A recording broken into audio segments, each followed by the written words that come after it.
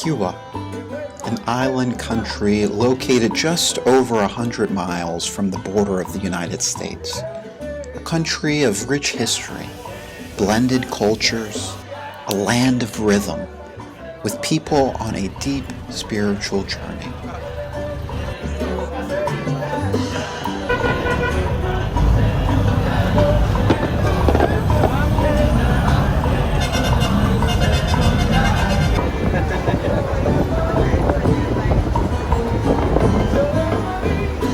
Hi, my name is Reverend Maurice Dyer, and myself, along with a group of parishioners from St. David's Church, we've come to Cuba, in partnership with the Bishop of Cuba and the Episcopal Church here in Cuba, to place a few water filtration systems and communities outside of Havana, in Cienfuegos, in Matanzas, and Rodas. And so we're standing here currently in Havana, where we landed last night, and it's just a beautiful place, beautiful culture, beautiful music. Last night when we landed, they were celebrating the 500th year anniversary of Havana. And there were fireworks and tons of people were out and celebrating. In addition to the water projects, we came to continue the work of building relationships with the Episcopal Church in Cuba. We had to experience and learn about the country, so we went for a walk. And we walked and walked, taking in all the beautiful and challenging realities. We met people along the way.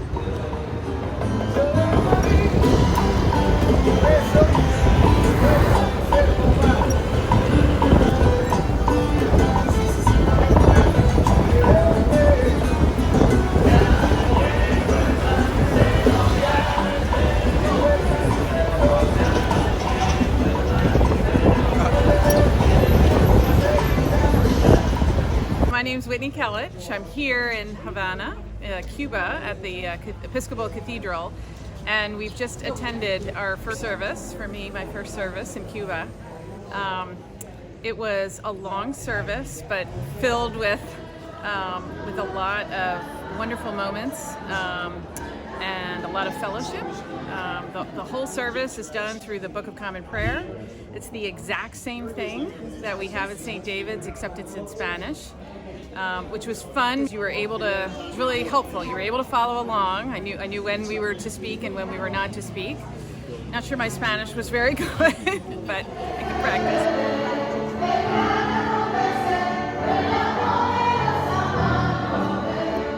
practice. So the next morning, we learned that the water systems wouldn't be released to us at all while we were in Cuba.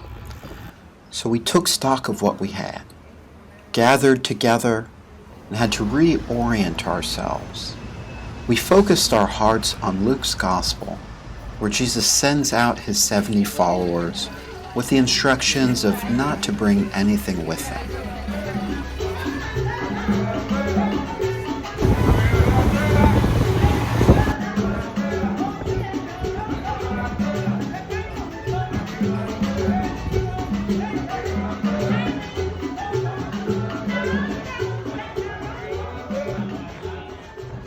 We're in this really interesting in-between time. We've just left Havana and we're driving to 5 hours in an old school bus, so we feel every bump on the road. And we're driving to Cienfuegos, and it's this interesting in-between time, this liminal space, this spirit-filled space of we're leaving certainty, going to a place of uncertainty, and we don't have any of the resources. All of our plans have kind of fallen through. We plan to be going to these different communities to build these water filtration systems, but we've really had to rely on the kindness of others and the hospitality of people that we've come in contact. We had a service today, and our sermon was a communal sermon. And the guiding question was, where are we experiencing God? Our gospel was of the feeding of the multitudes, and how they didn't have everything that they thought they needed to feed.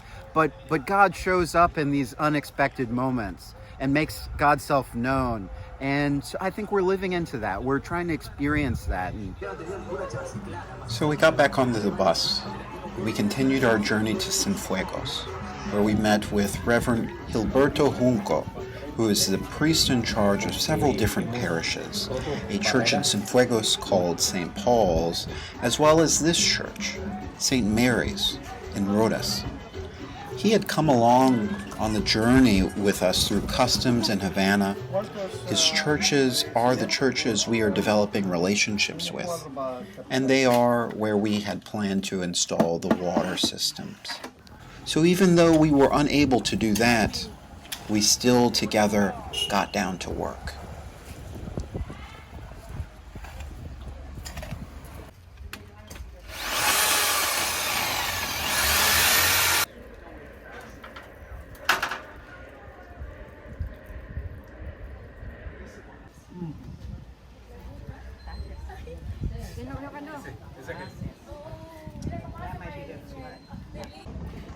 From the time we wake up in the morning until the time we go to bed, I feel like we experience God in every dimension of our activities. We see it in the people, and you can hear it in the music, in the creatures, and in the fellowship.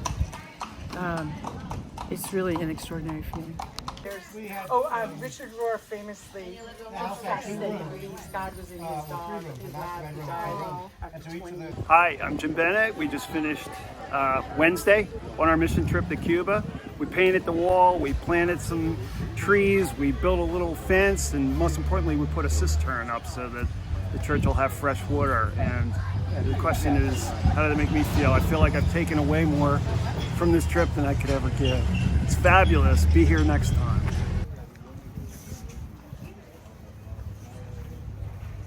I'm Bud.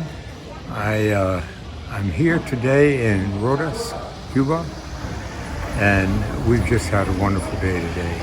We didn't have our equipment, all of our equipment, because of customs, and I thought that might be a real problem for us. But it turns out that we just there was plenty to do here, and it just felt wonderful.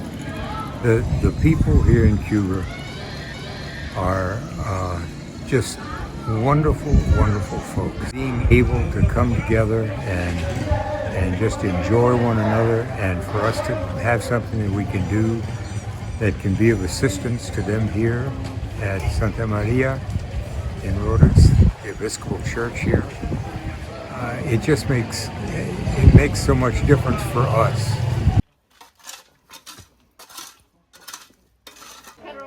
Hey, I'm John Tyson. Today, my first time ever spackling. I've done most everything else as a mechanical engineer, but never spackled, and this was way interesting experience. And so we started out, and my initial work was so bad, but most of the spackle landed on the ground. Putting the tank up yesterday, piping it yesterday. We've done some really great stuff here at the church. Once you've been here, Cuba just pulls you back, and you don't know exactly what it is. First of all, it's the people, it's the sounds, it's the surrounding, it's the buildings, it's the history, and it's the faith of the people. You see people who have been underground in their churches for years, and now they're out again. And they have just been worshiping through all the issues that they've been through the years, and they're still here. And you can see the seniors of this church in and around, and they're here working with us. I learned a lot about Cuba. I realized that I knew absolutely nothing about it, but what I'm impressed with is that it's the mustard seed thing. They have more faith than things, and that we can learn a lot from that. We have too many things in the United States, and we take it for granted, and they have nothing, next to nothing, and they make everything out of it. This place has forever changed me. I've gone from being afraid to speak Spanish to knowing that I can stand side by side with someone who I don't know how to communicate with, and know that what's there is love. And the attempt to try to speak Spanish doesn't matter if it fails because we're all here for the same purpose. Hola, soy David. Ayúd.